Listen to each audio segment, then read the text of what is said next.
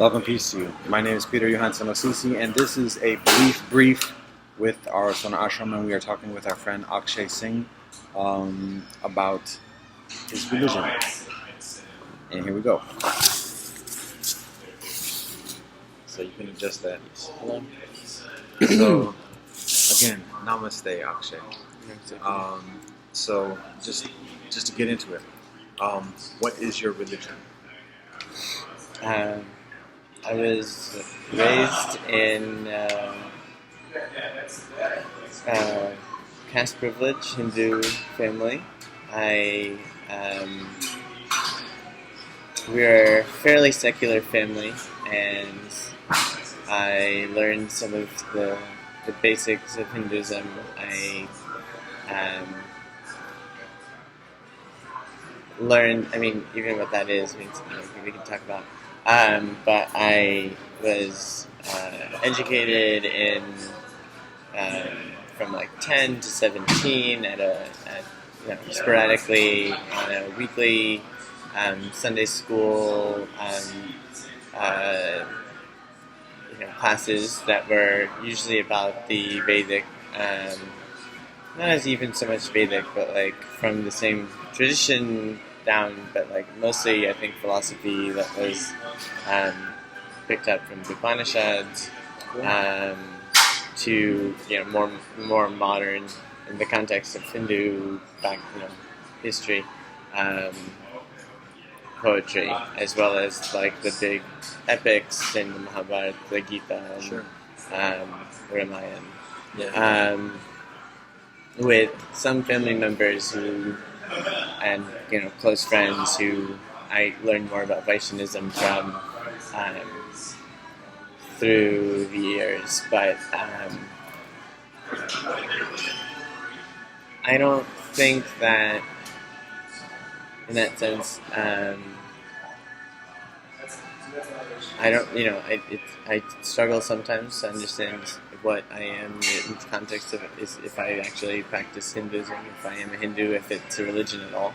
But I can talk about that in a subsequent question. So. Okay. Cool. Nice. Thank you. So the next question is, when does your religion begin? So supposedly the Vedic poems began to be passed verbally about 10,000 years ago. 12,000 years ago, BC, in the Indus Valley areas of North India, or the subcontinent, I should say.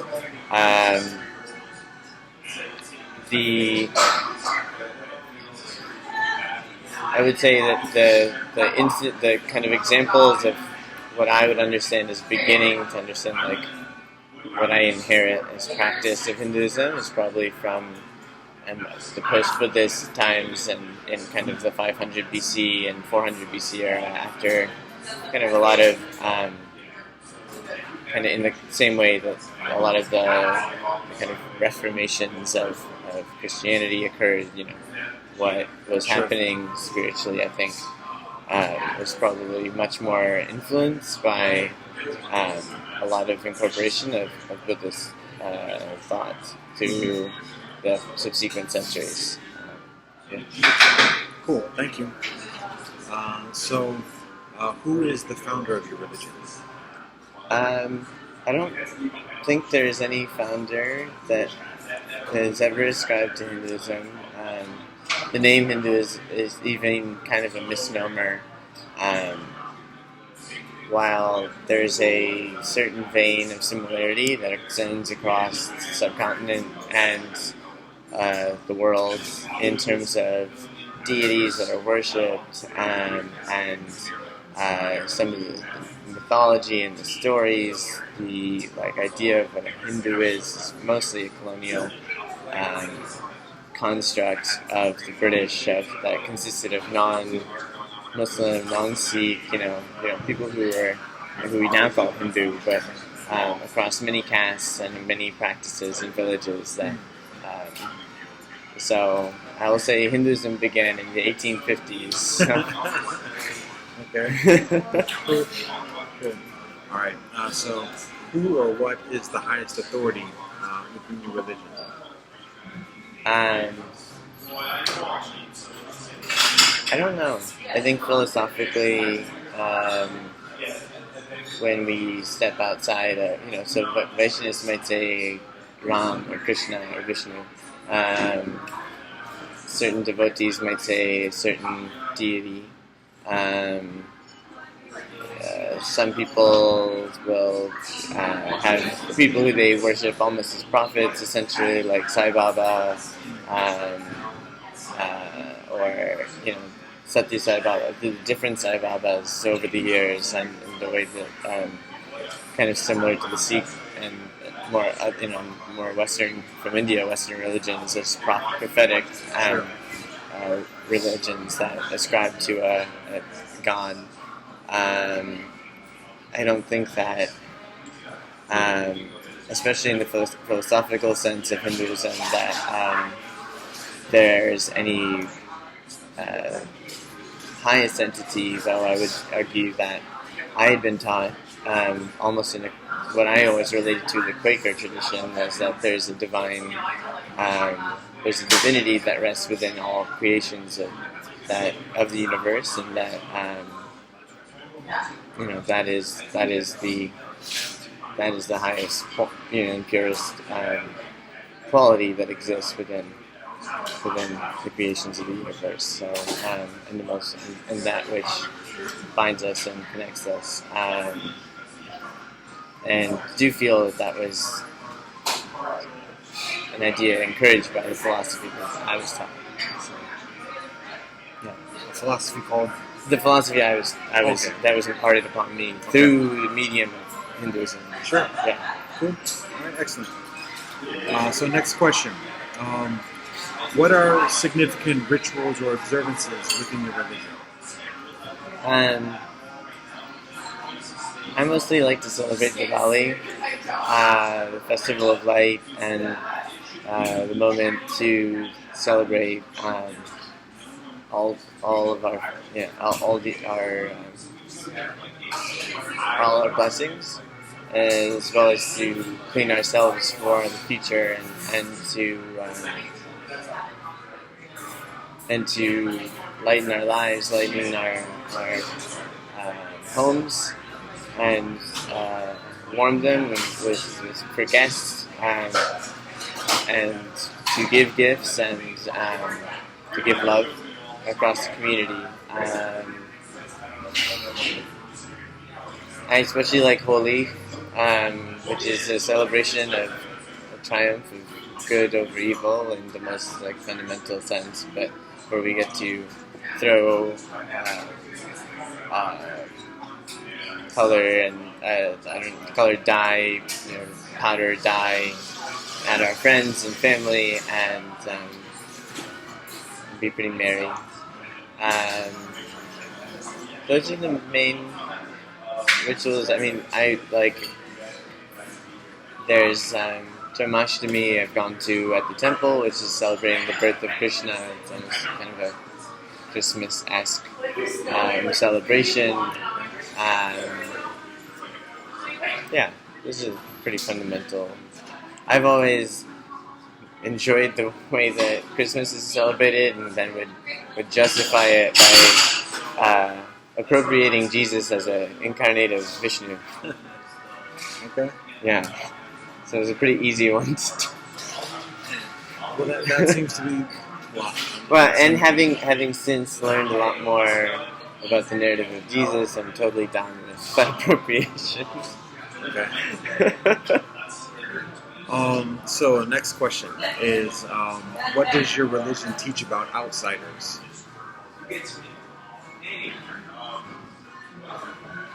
I don't think my religion recognizes the concept of outsiders,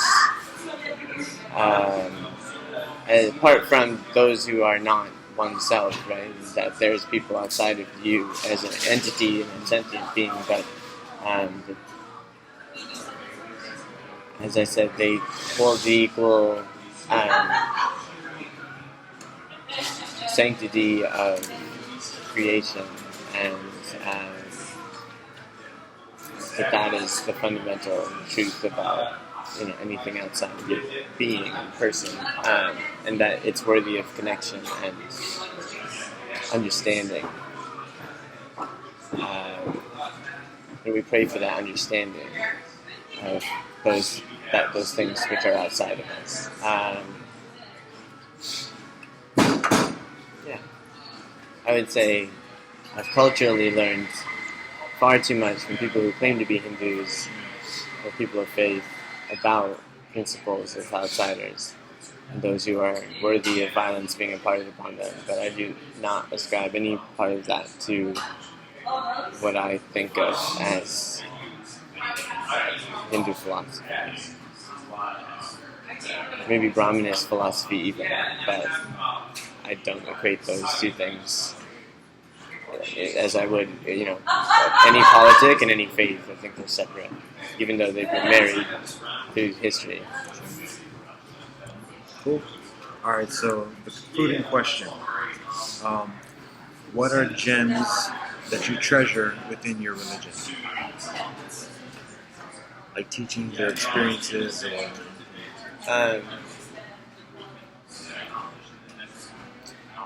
I recently felt like I began to sympathize more with Vaishnavism when I start to understand Sanskrit a little better. There's pieces that come to me. It's a beautiful poetry, language of poetry, and when I found out that Krishna means black, it's a Sanskrit word for black or dark blue, and those are the depictions of Krishna, because as blue is when we see him in comic books. That was never made clear to me, and I only began to understand it lately. And as an American, I think it changed my relationship with blackness, with understanding what the intention is in the phraseology of black is beautiful, not only as a politic but as a not just as a mantra, but as a celebration, and that really I think took on new contours. And that's been incredibly important to me, to liberate myself from a lot of hate that I have been conditioned and integrated to believe in, and did believe in, and I'm still dismantling.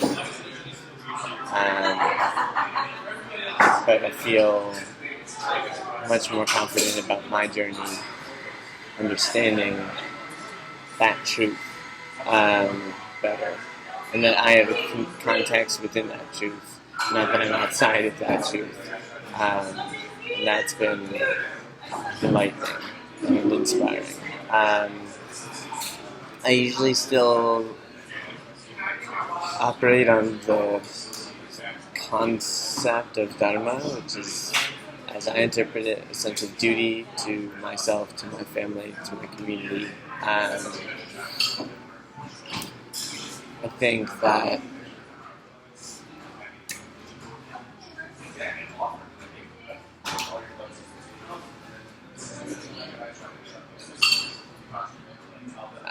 it's the only thing that it's my touchstone. It's meaning whatever, and it's never felt so much like a question that I need an answer to, but a guiding set of principles that ask me what it means to be the best friend. When I act outside of those impulses, I know that that's not who I wish to be and the kind of person I want to be, but it's conscience. It's a conscience and it's a duty that that keeps me.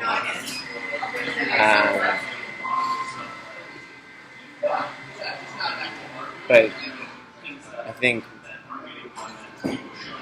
does feel tied to kind of what I was talking about before, and the duty to expand understanding. I think that is very much integrated into what idea of Dharma is. And I'm glad to say that it has changed over the years and expanded, and not and has kind of been able to jettison some of the more oppressive ideas about what Dharma is, because a lot of people see Dharma oppression as their Dharma, and vice versa, and I think we need to abolish that.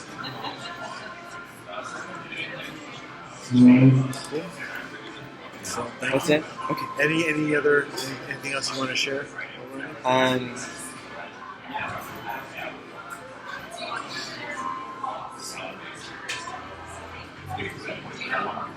I think a lot of... I think we are still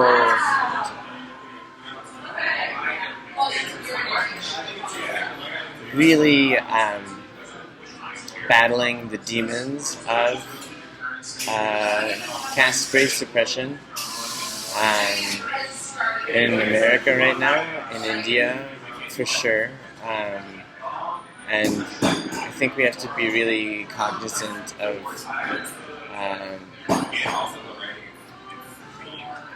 what that looks like. I think it took me a long time, and it's I very seldom felt like blessed to be not like present in India. I've always wanted to be more present in this land of my ancestors, but I